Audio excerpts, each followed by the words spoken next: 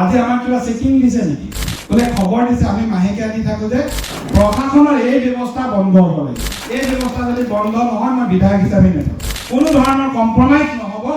ড্ৰাগছৰ বেপাৰীজন ধৰে গ্ৰেপ্তাৰ হয় কিন্তু সেইজনে য'ৰ পৰা ড্ৰাগছ আনে আজিলৈকে গ্ৰেপ্তাৰ হৈছে নেকি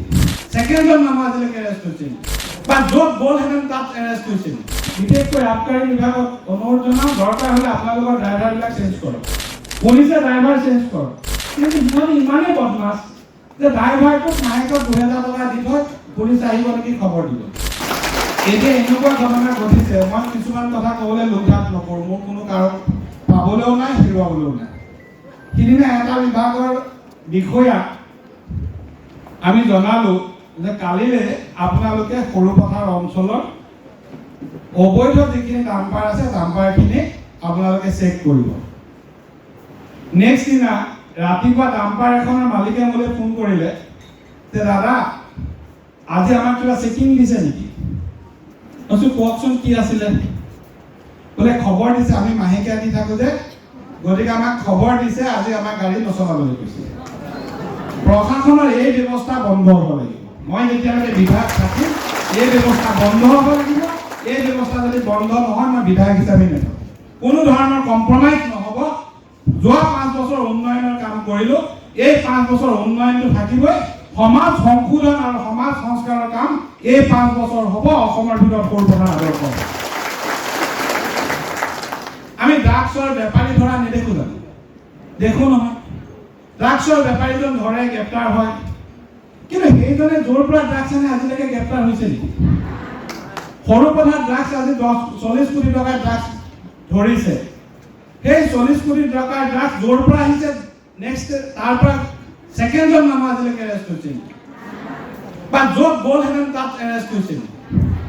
এতিয়া ধৰাটো এটা বিক্ষিপ্ত ঘটনা পাইছে ধৰিছে ইয়াত আমাৰ ক্ৰেডিট ল'ব লগা একো নাই আজি এটা ল'ৰা ড্ৰাগছ খাই মৰিছে তাক গাঁৱৰ যিজন মানুহে টাউনৰ পৰা বা কাৰ্বিআংলঙৰ পৰা যিজন মানুহে ড্ৰাগছৰ যোগান ধৰিছে সেই মানুহজনক আমি ধৰি আনি পেলাই ক'ৰ পৰা যোগান ধৰিছে তাৰ শিপা বিচাৰি গৈছোঁ নে নাই যোৱা যদি আমি শিপা বিচাৰি যোৱা নাই তেতিয়াহ'লে আমি সমাজখনৰ প্ৰতি অন্যায় কৰিছোঁ আমাক প্ৰশাসনে সহায় কৰিবই লাগিব আৰু সৰুপথাৰ আমি ড্ৰাগছ আৰু মদৰ পৰা অবৈধ চুলাই মদৰ পৰা মুক্ত কৰিবই লাগিব সকলো ৰাইজ বিশেষকৈ আইন মাতৃ আমাৰ লগত থাকিব নাই আজি আমি সাধাৰণভাৱে আপোনালোকক নিমন্ত্ৰণ জনাইছিলোঁ আপোনালোকে যেনেকৈ আহিছে আৰু যোৱা 2টা দিন এই নিমন্ত্ৰণ জনোৱাৰ পাছত আমি যেনেদৰে ৰাইজৰ পৰা সঁহাৰি পাইছোঁ আজি ৰাতিপুৱা ফোন কৰিছে যে দাদা আপোনালৈ ফোন কৰিছোঁ আমাৰ ঘৰৰ ওচৰত ইমানেই মদ বিক্ৰী হয়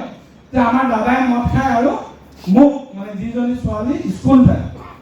যাবলৈ নিদিয়ে চাইকেলখন ঠেকেচি দিয়ে স্কুল যাবলৈ নিদিয়ে কোনো কাৰণ নাই গোটেইখিনি মদৰ কাৰণ দুদিনমান আগত বৰপথাৰ দুজন ককাই ভাইৰ মাজত কাজিয়া লাগিলে তেওঁলোকে একেলগে মদ খাই আছিলে কাজিয়া লগাৰ কথা হ'ল 2টা তেওঁলোকৰ ডিম আছিলে এজনে ক'লে বইল কৰি খাম এজনে ক'লে আমলেট কৰি খাম কাজিয়া লগাৰ পাছত 2টা যেতিয়া বইল দিলে ভাতখিনি আমলেট কৰি খাম বোলাজনে পেলাই দিলে আৰু 2জনৰ মাজত কাজিয়া হ'ল এজন মৰিলে আজি 4 দিনৰ আগত বইল ডিমটোৱে কাকো মৰা নাই মাৰিছে মদখিনিয়ে যিখিনি চুলাই মদ গাঁৱত ব্যৱহাৰ হৈ আছে আজি মই বিশেষকৈ আবকাৰী বিভাগত অনুৰোধ জনাওঁ দৰকাৰ হ'লে আপোনালোকৰ ড্ৰাইভাৰবিলাক চেঞ্জ কৰক পুলিচে ড্ৰাইভাৰ চেঞ্জ কৰক আপোনালোকৰ ড্ৰাইভাৰবিলাকে যদি খবৰ দিয়ে এইটো বহুত ডাঙৰ কথা আপোনালোকে চিনচিয়াৰলি যাব ভালকৈ কাম কৰিব কিন্তু সিহঁতে ইমানেই বদমাছ যে ড্ৰাইভাৰটোক মাহেকত ২০০০ টকা দি থয় পুলিচ আহিব নেকি খবৰ দিব ড্ৰাইভাৰটোক খবৰ দি থয় যে আবকাৰী বিভাগে আমাৰ গাঁৱত ইয়াত আহিব নেকি খবৰ দিব আজি আমি গোট খাইছোঁ আমি খবৰ দিম আৰু আমি খবৰ দিয়াৰ ভিতৰত আজি সিদ্ধান্ত ৰাইজে ল'ব প্ৰশাসনে ল'ব আমি খবৰ দিয়াৰ ভিতৰত 24 ঘণ্টাৰ ভিতৰত পুলিচ আৰু আবকাৰী বিভাগে সেই মদ জব্দ কৰিব লাগিব সেই মদ 24 ঘণ্টাৰ ভিতৰত জব্দ কৰিব লাগিব নহ'লে সেই অঞ্চলত আমাৰ পৰিৱেশ বিনষ্ট হৈছে আমি ইয়াৰ পাছত আইসকলক বিশেষকৈ লৈ পঞ্চায়ত ভিত্তিত ড্ৰাগছ আৰু মদ নিবাৰণৰ কাৰণে আমি মহিলা সমিতি বনাম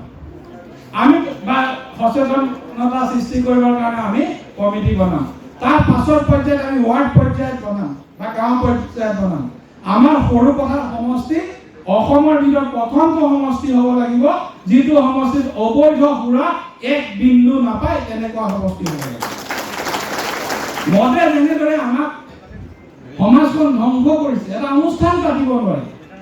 চুলাই খাই মানুহে যেনেদৰে ৰাতি বিয়লি বাছ বিচাৰ নাই, সৰু ডাঙৰ বাছ বিচাৰ নাই,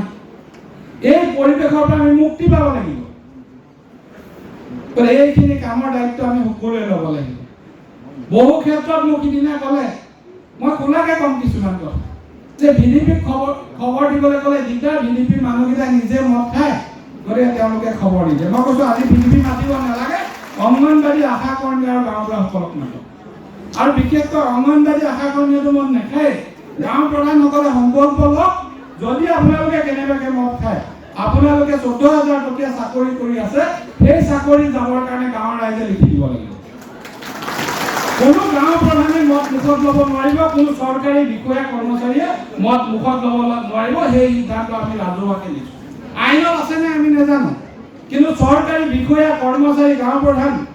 কোনো ধৰণৰ চৰকাৰৰ লগত জড়িত ব্যক্তিয়ে মদৰ লগত সম্পৰ্ক থাকিব নালাগে। মইতো ভাবোঁ ভৱিষ্যতৰ দিনত কোনোবা পৰিয়ালত যদি মদ খায়, সেই পৰিয়ালৰ পৰা অৰুণোদয় কৰ্তন কৰিব লাগে। সেই পৰিয়ালৰ পৰা অৰুণোদয় কৰ্তন কৰিব লাগে। আমি মদৰ বিৰুদ্ধে, ড্ৰাগছৰ বিৰুদ্ধে সামাজিক আন্দোলন গঢ়ি তুলিব লাগে। আজি সৰুপথাৰ চহৰৰ আশে পাশে সৰু সৰু ল'ৰাই যেনেদৰে ড্ৰাগছ খায়, আমি সিহঁতক ধৰি আনিলে গম নাপাম নেকি ক'ত ড্ৰাগছ কিনিছে? কিমান ইনিচিয়েটিভ লৈছোঁ, ৰাস্তাত গাড়ী ধৰাটো ডাঙৰ কোৱান্টিটিত ধৰিছোঁ 10 কোটি টকা, এইটো এনেও সৰুপথাৰত অপকাৰ নকৰে। গৈ পেলাই পাঞ্জাৱ যাব বা আফগানিস্তান যাব, সিফালে যাব। কিন্তু যিটো 200 টকা 500 টকাৰ ড্ৰাগছ ইয়াত বিক্ৰী হৈছে, সেই 200 টকা আৰু 500 টকাৰ ড্ৰাগছে আমাৰ পৰিয়ালবিলাক নষ্ট কৰিছে। আমি পুলিচ প্ৰশাসনে সেই ড্ৰাগছৰ বিৰুদ্ধে ব্যৱস্থা ল'ব লাগে।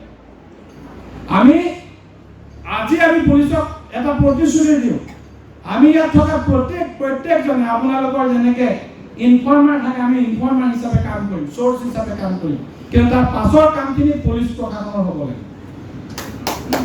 আমি ইনফৰ্মাৰ হিচাপে কাম কৰিম। সকলো অংগনবাড়ী কৰ্মীয়ে যদি গম পায় যে গাঁৱত আমুকৰ ঘৰত ড্ৰাগছ বিক্ৰী হৈছে, লগে লগে পুলিচক খবৰ দিব। আশা কৰ্মী তেওঁৰ স্বাস্থ্যৰ লগত সদায় জড়িত, তেওঁ যদি গম পায় কাৰোবাৰ পৰিয়ালত ল'ৰাটোৱে ড্ৰাগছ খাইছে, লগে লগে ইয়াতে খবৰ দিব।